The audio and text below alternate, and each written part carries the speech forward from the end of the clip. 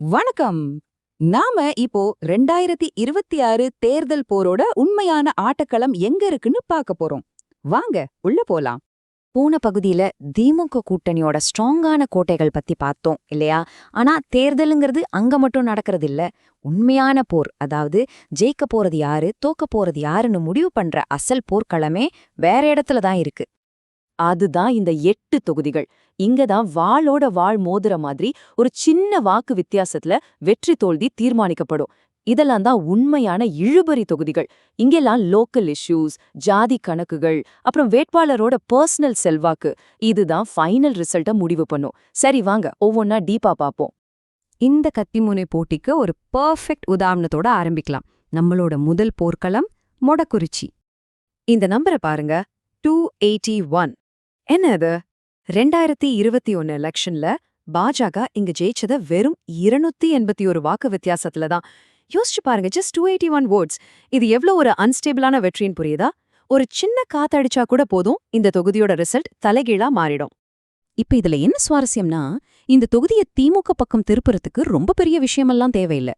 ரொம்ப சிம்பிளான சில விஷயங்களே போதும். முதல்ல திமுகவோட கலைஞர் மகளிர் உரிமை தொகை திட்டம். இது இங்க ஒரு பெரிய கேம் சேஞ்சரா இருக்க வாய்ப்பு இருக்கு.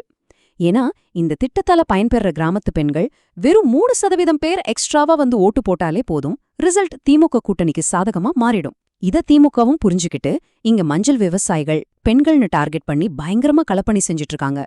ஓகே, இப்ப கிராமத்துல இருந்து நகரத்துக்கு வருவோம். சிட்டிக்குள்ள நடக்கிற எலெக்ஷன் போரே தனி ரகம். இங்க தெருவுக்கு தெரு, ஒவ்வொரு கிளாஸ், ஒவ்வொரு எக்கனாமிக் குரூப்பை வச்சுதான் அரசியல் நடக்கும். சென்னையோட ஹார்ட்டான மயிலாப்பூர் எடுத்துக்கோங்க.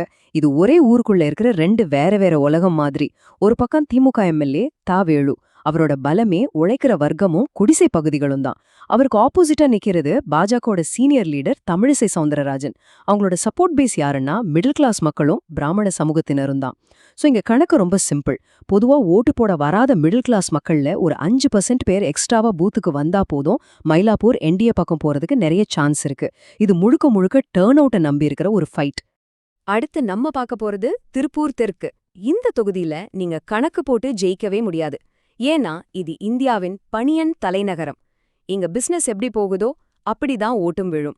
ஜிஎஸ்டியால வந்த பாதிப்பு, சிறு குறு தொழில்களோட கஷ்டம், இந்த மாதிரி பொருளாதார கவலைகள் எல்லாம் நேரடியா ஓட்ல ரிஃப்ளெக்ட் ஆகும். அதனால இது முழுக்க முழுக்க மக்களின் மூடை பொறுத்த ஒரு போர்க்களம். கணிக்கவே முடியாது.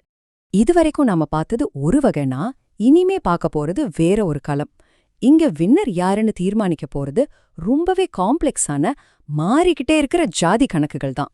தெற்குல சாத்தூர்ல ஒரு பெரிய தலைகள் மோதுறத பார்க்கலாம். ஒரு பக்கம் பாஜகவோட பவர்ஃபுல் லீடர் நயினார் நாகேந்திரன்.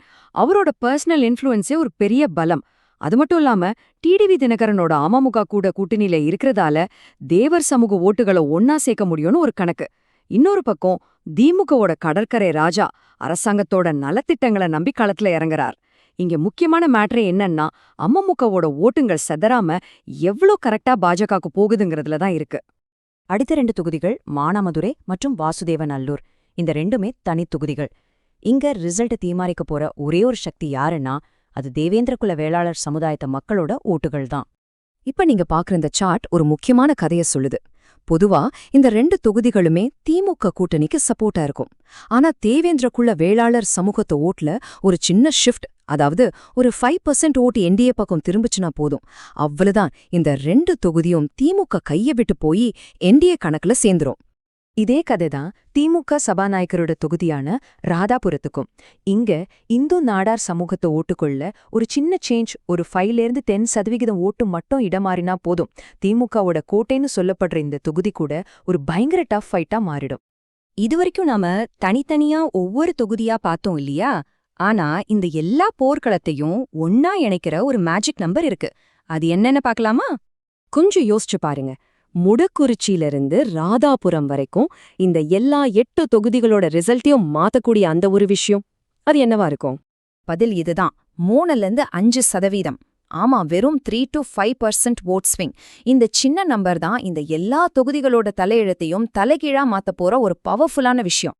அப்போ இதிலிருந்து நாம புரிஞ்சுக்க வேண்டியது என்னன்னா, ஓட்டிங் பெர்சன்டேஜ்ல வர்ற சின்ன மாற்றம், ஜாதி ஓட்டுகள் ஒன்னு சேர்றது, மக்களோட பொருளாதார மனநிலை, இது எல்லாம் சேர்ந்து உருவாக்குற அந்த 3 முதல் 5% ஓட்டு ஸ்விங் தான் 2026 தேர்தல் போரோட ஃபைனல் ரிசல்ட்டையே தீர்மானிக்க போகுது. இந்த 8 தொகுதிகள்ல ஜெயிக்கிறவங்க தான் இந்த பெரிய போர்ல ஒரு படி முன்னாடி இருப்பாங்க.